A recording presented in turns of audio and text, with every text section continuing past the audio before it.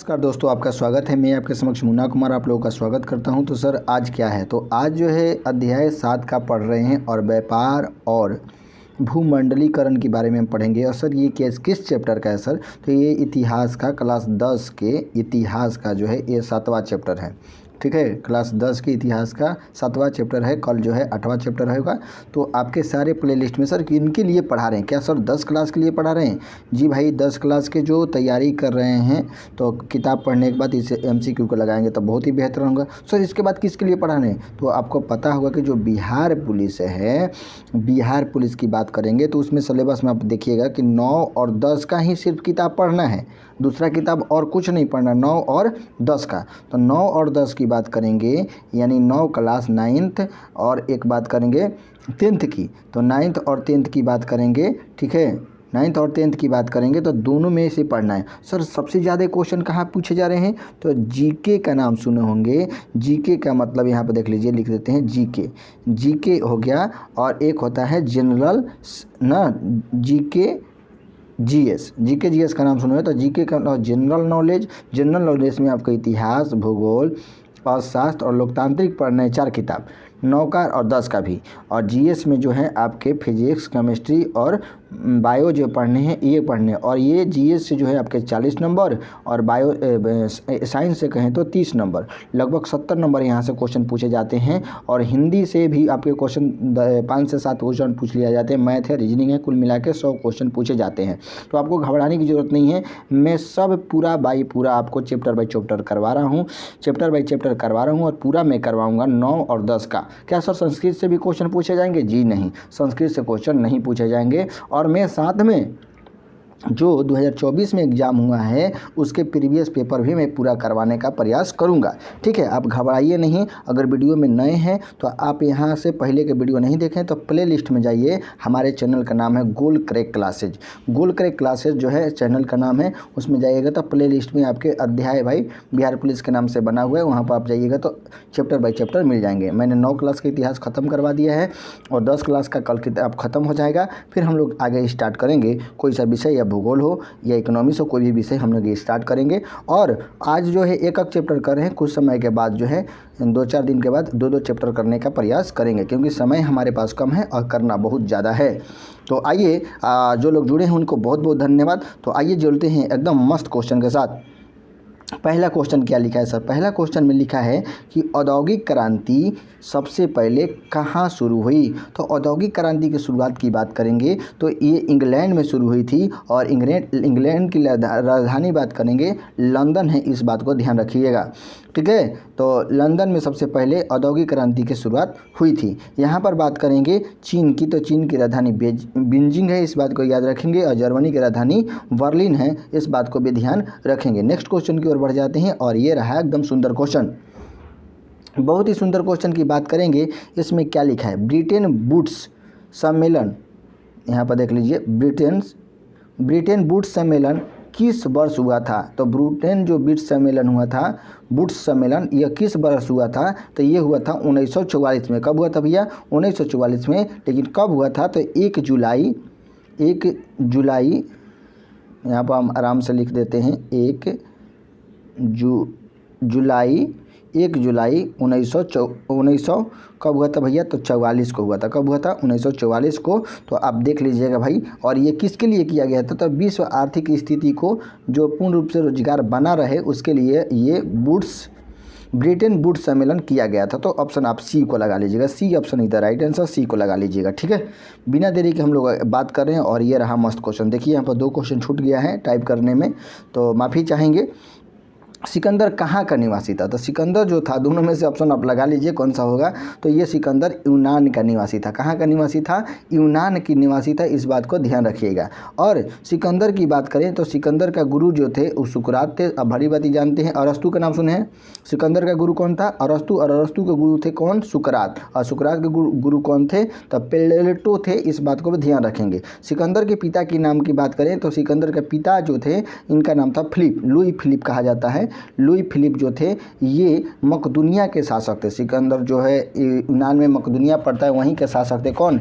राजा Philip. उनकी मृत्यु कर दी गई थी, तब यह कम उम्र में ही यह शासक बने थे सिकंदर। और सिकंदर ने भारत पर कब आक्रमण किया था ये भी याद रखिएगा। तो 326 BC में इन्होंने सिकंदर पर आक्रमण किया था। किसने? सिकंदर ने कहाँ किया था? भारत पर आक्रमण किया था, इस बात को ध्यान रखिएगा। और सिकंदर ब्यास नदी से वापस लौट गए थे। तो ज़्यादा मैं नहीं बता रहा हूँ, थोड़ा सा ही आपको ले चल रहा हूँ।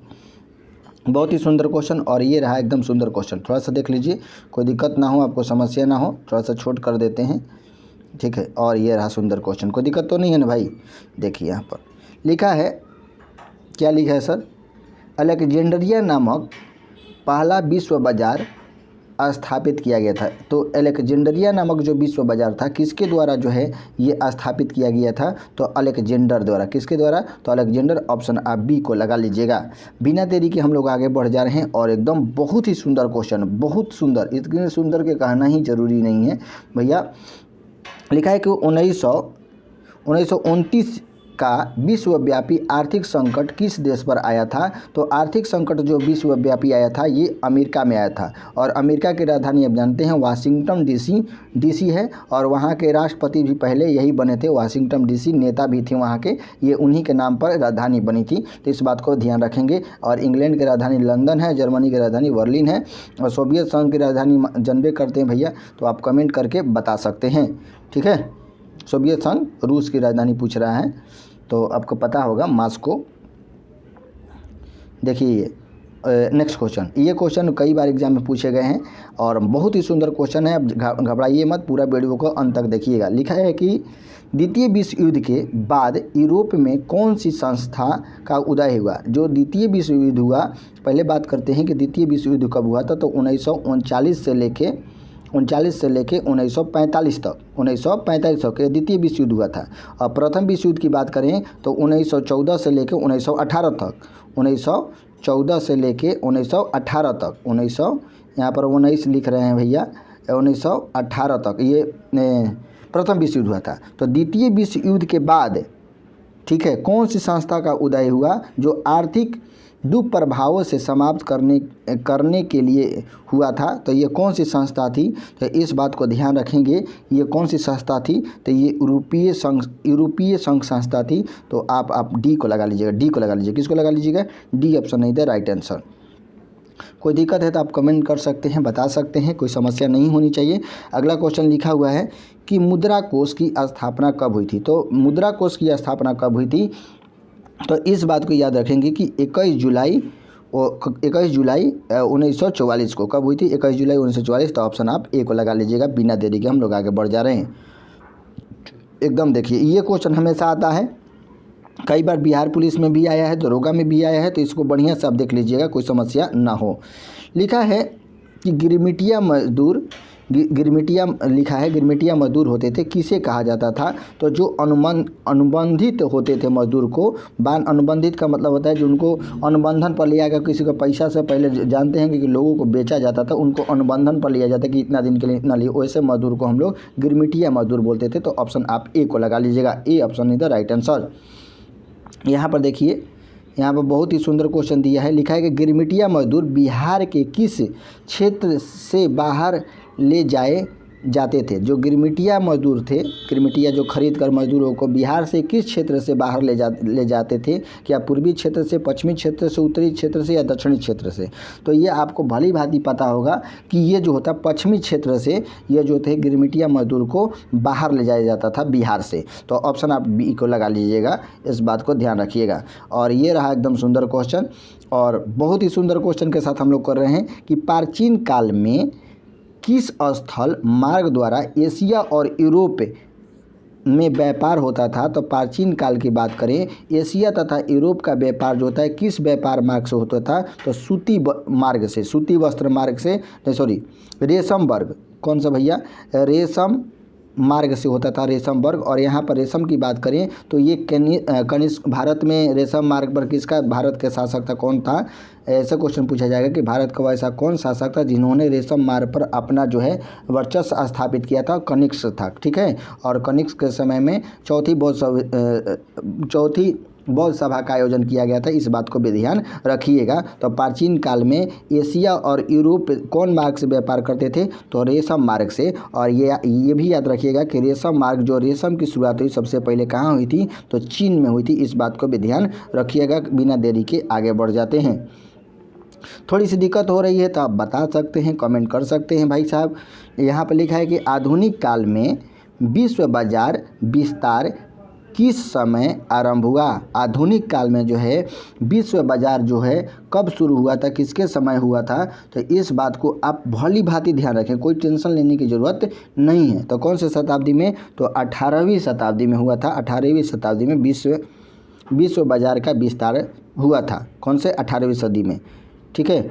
अब सदी का मतलब नहीं समझ में आ रहे हैं तो आपको थोड़ी सी हम समझा देते हैं सदी का मतलब क्या होता है। जैसे शताब्दी लिखा हो, सदी लिखा है। जैसे 365 दिन को आप जानते हैं ना कि एक वर्ष कहा जाता है, एक वर्ष। उसी प्रकार ठीक है, 10 बरस को एक दशक कहा जाता है। 10 बरस को क्या कहा जाता है? एक दशक। दशक कहा जाता है। और 10 दशक को एक शताब्दी कहा जाता है। कितना दशक को? 10 दशक को, यानी 10 गुणे 10 की बात करें तो 100 बरस को 100 शताब्दी कहा जाता है। 100 बरस को 100 शताब्दी, 200 बरस को दूसरी शताब्दी, 300 बरस को तीसरी शताब्दी, 400 बरस को चौथी शताब्दी। इसी तरीके से 1800 वर्ष को 18वीं शताब्दी में विश्व व्यापार का विस्तार हुआ था। तो 18वीं शताब्दी संबंध में आ गया, कोई दिक्कत तो नहीं है ना भाई? दिक्कत नहीं होनी चाहिए। और ये देखिए एकदम बहुत ही सुंदर क्वेश्चन। क्या लिखा है क्वेश्चन में? लिखा है कि ईस्ट इंडिया कंपनी भारत में अफीम का निर्यात किस देश को करती थी? लिखा है कि ईस्ट इंडिया कंपनी, पहले ईस्ट इंडिया कंपनी की बात करें तो इसका स्थापना 28 दिसंबर 1600 ईस्वी में ईस्ट इंडिया कंपनी की स्थापना हुई थी। इस बात को ध्यान रखेंगे। ठीक है। और ये भारत में कब आए थे ईस्ट इंडिया कंपनी, यानी अंग्रेज कब आए थे? तो 1600 ईस्वी में आए थे। इस बात को भी ध्यान रखेंगे। ठीक है। लेकिन यहाँ पर बात कर रहा है कि ईस्ट इंडिया कंपनी भारत से अफीम का निर्यात किस देश को करती थी? भारत से जो अफीम था वो कौन सा ऐसा देश था जिसको अफीम निर्यात करते थे? तो ये था चीन को ये निर्यात करते थे। तो ऑप्शन आप सी को लगा लीजिएगा। सी ऑप्शन इधर राइट आंसर, सी को लगा लीजिएगा। बिना देरी के हम लोग आगे बढ़ जा रहे हैं। और ये रहा बहुत ही सुंदर। यहाँ पर लिखा है कि धन निष्कासन के सिद्धांत का प्रतिपादन किस भारतीय राष्ट्रवादी ने किया था? तो यहाँ पर जब अंग्रेज आए थे तो धन भारत से निकाल कर ले जाते थे, लेकिन किसी को पता नहीं चलता था कि भारत से धन जा रहा है। ठीक है। तो इसका सबसे पहले वर्णन करने वाले हमारे भारत के व्यक्ति, सबसे बुजुर्ग व्यक्ति, जिनका नाम था दादा भाई नौरोजी। दादा भाई नौरोजी ने ही बताया कि भारत से जो है ये सिद्धांत दिया था कि भारत से जो है अंग्रेज जो है पैसा लेकर धन निकाल रहे हैं, भारत से हटा रहे हैं। पहले जानते होंगे कि भारत को सोने की चिड़िया कही जाती थी, लेकिन आज जो है मिट्टी की चिड़िया भी नहीं कहा जा रही। क्यों कहा जाती थी पहले सोने की चिड़िया? क्योंकि भारत में जितने भी जो व्यापारी थे वह यहाँ पर आते थे और कीमती धातु देते थे, जैसे सोना चांदी, तो धातु देते थे और यहाँ से वस्त्र ले जाते थे। तो यहाँ पर भारत के पास ऐसा एक समय आया था कि विश्व में सबसे ज़्यादा जो धन संपत्ति था, धन जो था, वो किसके पास था भैया? भारत के पास। इसलिए भारत को सोने की चिड़िया कही जाती थी। और यहाँ पर अंग्रेज आए और यहाँ से सारा धन निकाल कर ले गए। और ये सबसे पहले बताने वाले जो व्यक्ति थे जिनका नाम था दादा भाई नौरोजी। ऑप्शन आप बी को लगा लीजिएगा। कोई दिक्कत तो नहीं है ना? कोई समस्या नहीं होनी चाहिए, इस बात को ध्यान रखिएगा। और ये रहा एकदम सुंदर क्वेश्चन। ज़्यादा हम डिस्कशन इसलिए नहीं करवा रहे हैं, अब टेंशन में आ जाते हैं, कमेंट करते हैं कि सर ज़्यादा डिस्कशन हो रहा है भाई। तो आप पूरा वीडियो को देखिए, अंत तक देखिए, बने रहिए ना, मज़ा आएगा जी भाई। लिखा है कि द कॉमर्स ऑफ नेशन, ये पुस्तक का नाम है कि द कॉमर्स ऑफ नेशन पुस्तक के लेखक कौन हैं? तो ये भली भांति जानते होंगे कि द कॉमर्स ऑफ नेशन पुस्तक के लेखक कौन हैं। तो इसको तो आपको बताने की कोई ज़रूरत ही नहीं है जी। तो इसका क्या नाम है? कार्डलिफ। ठीक है। लिखा है कार्डलिफ है। कौन है भैया? कार्डलिफ है। तो यहाँ पर हम लिख देते हैं, आराम से लिखा हुआ है। देखिए थोड़ी सी घसकाने में भाई, लिखने में थोड़ी सी समस्या होती है। कार्डलिफ ऑप्शन आप इसको लगा लीजिए, बी को लगा लीजिएगा, कोई दिक्कत नहीं होनी चाहिए। और आगे बढ़ जाते हैं बिना देरी के। और जो किताब पढ़े हैं उनको सब समझ में आ रहा होगा, जो नहीं पढ़े होंगे, नए होंगे, तो भैया कहाँ से समझ में आए? तो उसको तो दिक्कत होएगा भाई। तो आप पूरा वीडियो को देखिए अंत तक और पूरा पढ़िए। और होमवर्क सीरीज चलाया जा रहा है और हमारे व्हाट्सएप से आप जुड़ सकते हैं। PDF लेना हुआ तो 95046183 350 ये मोबाइल नंबर है, इस पर मैसेज कीजिएगा तो आपको ग्रुप में PDF में मिल जाएगा, कोई दिक्कत नहीं होनी चाहिए, ठीक है। तो आइए हम आगे बढ़ जाते हैं बिना देरी के। लिखा है कि विश्वव्यापी आर्थिक मंदी यानी संकट किस वर्ष आरंभ हुआ था। तो आपने देखा कि अमेरिका में विश्व मंदी सबसे पहले आया था, कब आया था, तो 1929 ईस्वी में आया था। तो ऑप्शन सी को लगा लीजिएगा, C option is the right answer. और ये रहा एकदम सुंदर क्वेश्चन, बहुत ही मस्त क्वेश्चन है जी। देखिए ना जी, लिखा है कि आर्थिक महामंदी के कारण यूरोप में किस नई प्रशासनिक व्यवस्था का आकर्षण बढ़ा। तो किसकी प्रशासनिक व्यवस्था का आकर्षण बढ़ा, तो ये भली भांति जानते होंगे कि समाजवादियों व्यवस्था का आकर्षण बढ़ा। तो यहाँ पर आप डी को लगा लीजिएगा। बिना देरी के हम लोग आगे बढ़ जाते हैं और ये रहा एकदम सुंदर क्वेश्चन। लिखा है कि भूमंडलीकरण का आरंभ किस दशक से माना जाता है। जो भूमंडली का जो आरंभिक दशक जो है वो कौन से दशक से माना जाता है, तो ये भली भांति जानते होंगे कि 1990 के दशक माना जाता है। कब माना जाता है, 1990 के दशक से माना जाता है, इस बात को याद रखेंगे। बिना देरी के हम लोग आगे बढ़ जा रहे हैं और ये रहा बहुत ही सुंदर क्वेश्चन, बहुत ही मस्त क्वेश्चन। लिखा है कि भूमंडलीकरण शब्द का इजाद किसने किया था। जो भूमंडलीकरण जो शब्द है इसका इजाद किसने किया था, तो ये भली भांति जानते हैं कि जॉन्स विलियम्स ने किया था। तो ऑप्शन आप डी को लगा लीजिएगा, D option is the right answer. बिना देरी के हम लोग आगे बढ़ जा रहे हैं और ये रहा सुंदर क्वेश्चन, बहुत ही मस्त क्वेश्चन के साथ हम लोग कर रहे हैं, कोई दिक्कत नहीं होनी चाहिए। लिखा है कि यूरोप में कौन सी संस्था का उदय आर्थिक दुष्प्रभावों को समाप्त करने के लिए हुआ था। तो यह उसी समय बताए थे भैया साहब कि कौन सा हुआ था। तो आप भली भांति जानते हैं, यूरोपीय संघ कहेंगे या यूरोपीय कम्युनिस्ट